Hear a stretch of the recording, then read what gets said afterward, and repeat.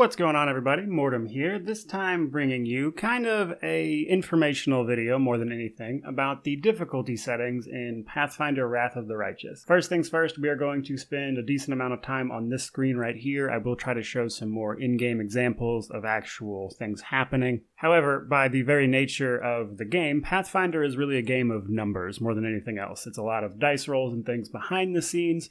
And once you kind of understand how that stuff works, and you understand that information, that's going to help you a lot more than actually just seeing me in real time hit things. However, I will be giving some in-game examples of some of these numbers and things changing towards the end of the video. However, a lot of our time is going to be spent in this screen right here, kind of explaining a lot of this text, because new players might see some of these options and not even have any idea what this actually means. So that's where we're going to start, because of course, if you clicked on a video like this, chances are you're probably at least newer to the game, or you just need some help, etc., etc. So I want to start this off by saying there are 7 presets, and then there's a custom setting. So the 7 presets are story, casual, normal, daring, core, hard, and unfair. And then of course custom. Custom meaning that any of these options with the little bar next to them on the left here, all of these will affect your difficulty. Changing them in different ways will set it to custom. There are 13 different options here. Some of them do more than others. There are also options towards the bottom that will change your gameplay experience but don't really affect the difficulty per se. For instance, turning the Crusade on auto mode just means you don't have to deal with the Crusade management, whereas Last Aslanti, it turns it into an Iron Man mode, basically. And then there's other options for controlling your experience gains and things like that. Before we jump into the differences here, I just want to mention that at the end of the day, this is a game that you paid for, and as such, you can enjoy it in any which way you please. There are those people who are going to tell you that playing on story mode isn't actually playing the game, but I'm here to tell you as somebody who does this for a living, if you want to enjoy something you've paid for and turn it on story mode, go crazy. There's nothing wrong with just enjoying a game for what it is without trying to deal with crazy hard difficulties where you just have to reload a million times. And as someone who 100%s these games and actually beats them on their highest difficulty, outside of the personal enjoyment of the challenge, it really doesn't add much to the game. But let's talk about what these things actually do. At the very top of the list, we have critical hits. Critical hits can be divided up into off, weak, or normal. Off, of course, means your party just straight up will not take critical hits. You can still deal critical hits to your enemies, however, your party will not take critical hits. Weak means that you can take critical hits, however, damage bonuses are not multiplied. What does that mean? Basically, it just means that if you take a critical hit, the only damage that gets multiplied, thus giving you more damage from the critical hit, is the weapon damage of the attack, or the base damage of the attack, I should say. This means that the damage bonuses a creature might have won't be added on top of it. So, for instance, if that creature gets a bonus to its strength or from any other source that isn't its weapon, it doesn't get multiplied on top of the critical hit, which by itself makes them deal significantly less damage. And then we have, of course, normal. This just means your party takes the full damage from the critical hit. Then we have Death's Door. Death's Door is a condition that keeps your characters from dying right off the bat. But real quick, to explain unconsciousness and actual death in-game, if your character goes into negative hit points, they might not necessarily be dead.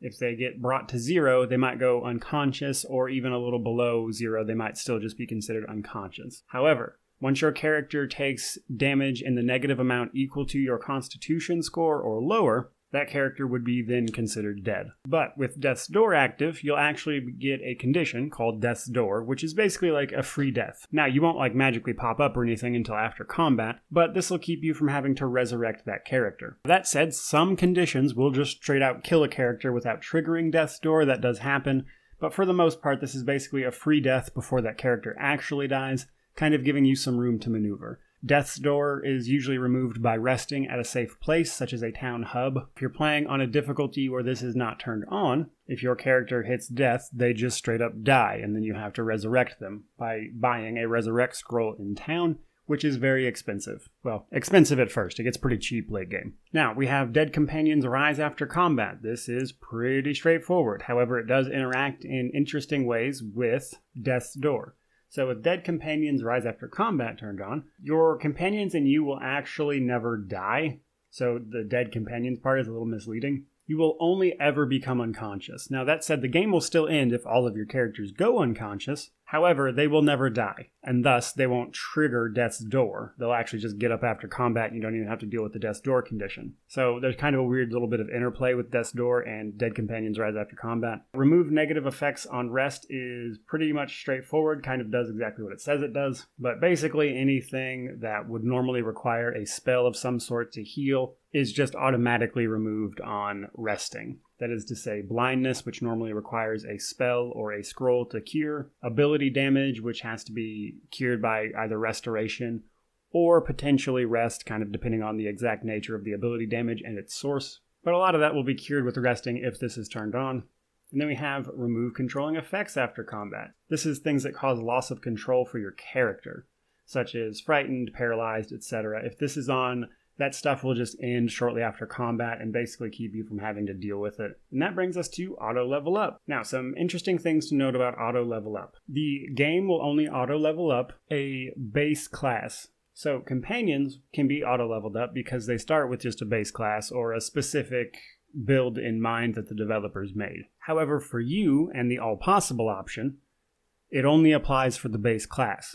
So if you are playing an archetype, there is no preset build for that, and thus the game can't auto-level you up. Starting at like daring, I think this actually gets turned off besides companions, and you'll actually have to level up yourself. But if you're new to the game, this can be especially useful if you're not really sure what works well with other things, or you don't have like a specific build in mind and you just kind of want to play this type of class. Auto level up can do you some favors. And then we have the single most important part of the difficulty settings, and that is enemy stat adjustments. Put it very simply, enemy stat adjustments affects basically everything in game by adjusting the difficulty class of every role in the game. Now, this primarily affects the enemies, however, it will affect other things as well, such as your DC checks in combat, such as your DC checks in dialogue, things like your mobility checks, your athletics checks, all that kind of stuff that might happen outside of actual combat, be it dialogue or interacting with the world. However, it also affects enemies. That is to say, it greatly affects their ability to deal damage and take damage, meaning that it will affect their armor class,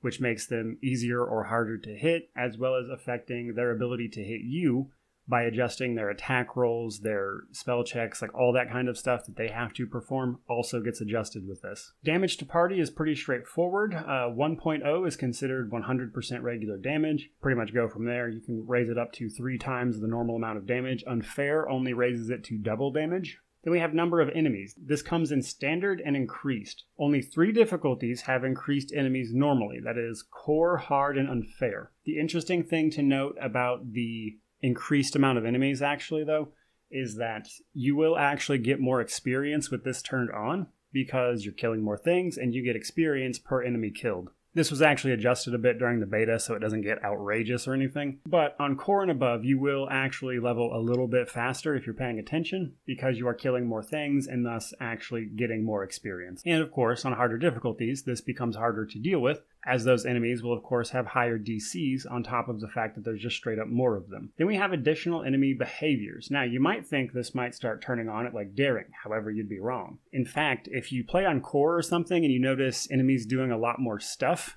it's actually not that they're doing more stuff, it's just that the stuff they are doing is actually hitting you. Because additional enemy behaviors only gets turned on once you hit hard mode. And this will allow them to do other stuff like cast different spells, etc. and use different tactics, that kind of thing. But again, it's worth mentioning that this is only in effect on hard and unfair mode. And that in core mode, you'll get hit with a lot of different stuff because the enemies are able to actually hit you with spells they were using. And then we have party speed. This is pretty straightforward. There's an encumbrance effect on your characters as well as your total party stash. It is light, medium, heavy, and overloaded. This affects your actual travel speed with this turned on, which is pretty normal. So you have to actually manage your inventory, basically. And then we have weather effects. This is probably, of all of them, the least brought up. It comes in light or heavy, and basically when it's storming, if you have heavy on, you'll actually start taking some detriments to your character depending on the exact weather. However, this is pretty easily mitigated by just resting through it and, coming back when it's not storming, basically. And then we have enable character retrain. Anything above normal actually turns respecs off. If this is on, the same character that you buy mercenaries from will be able to retrain your character or your companions, etc. Anything above normal actually turns this off, meaning you're actually stuck with your decisions, which is fairly important. Now, let's jump into some of the differences between the actual presets. Right off the bat, I recommend a new player, like completely new to the game, either play on casual or normal. If you want to play on story, go ahead. But the problem with story mode is, because of the way this game works, you can find yourself often not actually learning the mechanics because you're not having to see them or deal with them, because story mode turns a lot of that stuff just off altogether. And because of that, if you actually want to learn at the game and get better in the future, I recommend starting on casual or normal. Casual, you're going to have 40% damage from enemies, which means you're taking less than half of their actual damage. The enemies themselves will have reduced DCs, making them much easier to hit. It's going to be easier to pass your checks. You will not take critical hits. You can auto-level up, and effects will be removed upon rest. And then on normal, there's actually a bit of a big jump between casual and normal. Because on normal, you're going to take 80% damage from monsters, weak critical hits, and while the enemies still have reduced DCs, they are increased from casual. And when you rest, effects aren't necessarily removed. So if your character was blinded, you're going to have to cure that with a remove blindness spell or a scroll. And then we have daring. Daring is when things actually start changing pretty drastically. So on daring is the difficulty where you're actually going to start taking full damage from monsters. You cannot respec, and the DCs from enemies in the game are just barely reduced. Technically still below the tabletop rules, but reduced nonetheless. And then we have core. Core is like the actual Pathfinder rules, or at least as close as this game adapts them as possible. So you're going to take full damage from crits. Enemies get all of the normal DCs that are associated with what they do. There is no auto level up, so you have to know what you're doing. And this is the first difficulty that actually starts using the increased enemies. You will take extra effects from weather. There is no death's door at this point, so on core, once your characters die, they're just dead, and you have to resurrect them, provided you don't just reload, of course. And you'll start being affected by party speed. That is to say, the weight you're carrying will start affecting your party speed. And then we have hard. We have basically core, except the enemy gets the extra abilities and things we talked about, as well as getting bonuses to their difficulty checks. And then we have unfair. From hard, it doubles the damage you're taking, so you go from full damage to double damage, and the enemies have the absolute max amount of DCs possible. So what all of this ultimately means is that the higher you go, the more difficult enemies are to hit, and the fact that they do more damage. You might be thinking, duh, obviously that is what that means. However, I will say hard and unfair are exactly that more than anything else. But at that point, it starts being more about RNG if you have a solid character build, because, for instance, a min-max build can still fail on hard and unfair if they simply get unlucky with dice rolls. Technically, that can happen on core as well. If you have a very well-built character, core and below, you'll be okay most of the time. However, you still, of course, might just get unlucky because it happens. But on hard and unfair, a lot of times it comes down to min-maxed characters also getting lucky with their rolls. So you can know exactly what you're doing and still fail on hard and unfair simply because you don't get the dice rolls to make it happen. All right, now that we've got all of that out of the way, I want to start talking about some of the key differences between difficulties. So we're going to take a look at a situation on normal and then on unfair difficulty. So right now we are on normal. At the start of this fight, we can see that we have this boss right here as well as a few enemies to fight. Now this is just on normal. So there's 1, 2, 3, 4 ghouls that we can see, as well as the boss itself. Now if we hit Y to inspect, we can actually check out its actual armor class and stuff. On normal mode, this boss has an armor class of 27, a flat-footed armor class of 23, a touch AC of 12, and it also has several other defenses that are saves against other types of attacks such as spells. So that's fortitude, reflex, and will. Now the main thing to look out for in a lot of ways is AC. Honestly, knowing all of this is important, but we're going to start with AC. Basically, AC is your chance to hit something or what you would have to roll to actually hit it. Now, regular AC is basically just a regular attack against that target. I would have to roll a 27 on a regular attack to actually hit it with an attack roll. That's not how much damage I'll do, mind you, but in order to even hit the thing, I have to roll an attack roll of 27 or more. Then we have flat-footed AC. This means an AC where that target has been denied its dexterity bonus for some reason. Be it that monster has been paralyzed or it's been flanked or something like that, where basically how dexterous that monster is isn't able to help it out. And then we have touch AC. Touch AC is basically an AC where really all you need to do is be able to touch the target. Even if it is capable of blocking it, you're still touching it.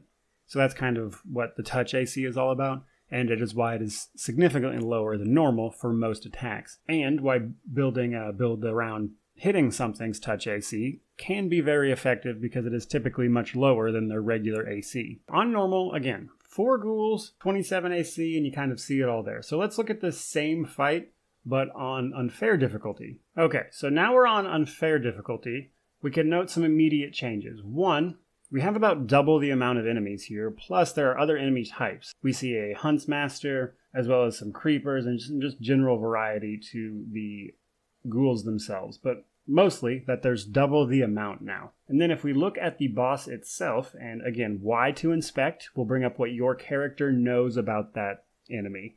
You have to make various types of knowledge checks to get this information, so you may or may not be able to see this, but if you're ever curious about what the defenses of an enemy are, pause it, press Y, mouse over that enemy. But here on unfair difficulty, we can see that this enemy's AC has basically doubled. It's now 43, its flat-footed AC is 39, and its touch AC is 28. Its various saving throw defenses have basically doubled. And that's kind of what you're looking at with the differences between, for starters, obviously, just normal and unfair, but you can kind of see this as you go from casual or all the way up to unfair or any difficulty really. And this is really what you're looking at when it comes to making builds, is going to the appropriate difficulty setting that you want to try and basically just testing your build against various ACs at various levels. So I might build a character that, for instance, is specifically trying to hit touch AC, which might make it a little easier to hit things. But on unfair difficulty, when you're looking at ACs that high in general, it can be very difficult to hit things, period, because even a min-maxed build is going to have a decent chance to just miss. And this isn't even taking into account the fact that enemies are going to be using other abilities. They're going to be successfully using their regular abilities now that they have their appropriate or possibly increased DCs. And I'm just going to straight up be fighting more enemies, which means tactics become more of a thing. Now, if we mouse over these guys, they also have a decent amount of AC and defenses and things. This is, again, where tactics become important. Now, the group I'm running really isn't set up for this, but crowd control, if you can manage it, as well as just min-maxed builds that are designed to get as much chance as possible to actually hit something, which again, on unfair, they still might miss, are really the name of the game. So off the top of my head, I might try to get this fight or this group of enemies with a attack like Spiked Pit or something like that will actually just swallow up most of these enemies and keeps them crowd controlled for a hot minute.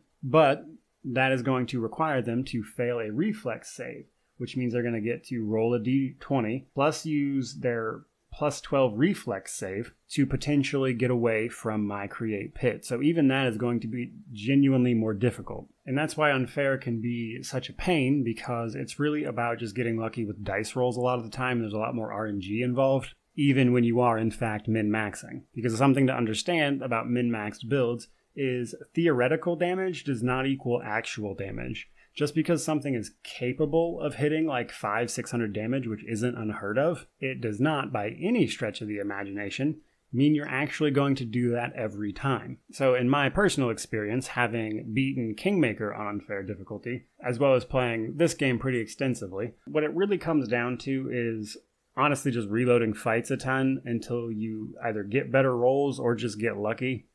And again, that's on top of min-maxing your builds, because build viability is very much so a thing in the Pathfinder universe, where it is absolutely possible to get destroyed. Now, this is just a build I was kind of running through getting footage for before the game was even released, actually. This is the build I did some of the review content with.